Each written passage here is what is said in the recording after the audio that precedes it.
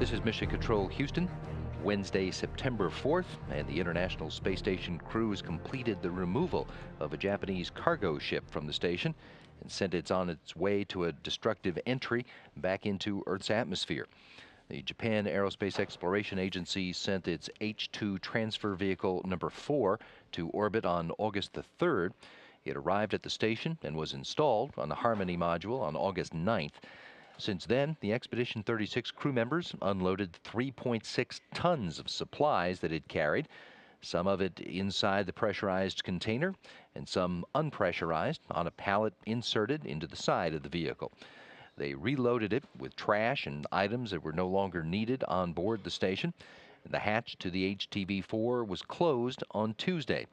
On Wednesday morning, the crew commanded the opening of the restraints holding the HTV to Harmony, and ground controllers commanded Canadarm2 to remove the vehicle from its docking port and placed it into proper position.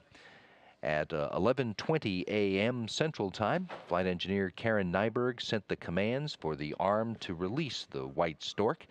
The cargo ship was allowed to drift away from the station for several minutes before flight engineer Luca Parmitano sent the command for the first of 4 engine firings to move HTV away from the station's orbit.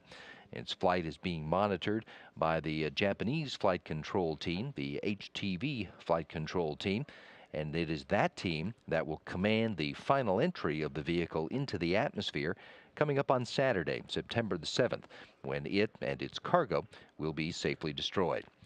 Station Commander Pavel Vinogradov and his crew now turn their attention to another dynamic event next week, when he and flight engineers Chris Cassidy and Alexander Mazurkin get in their Soyuz vehicle and undock for the station for the trip back to Earth.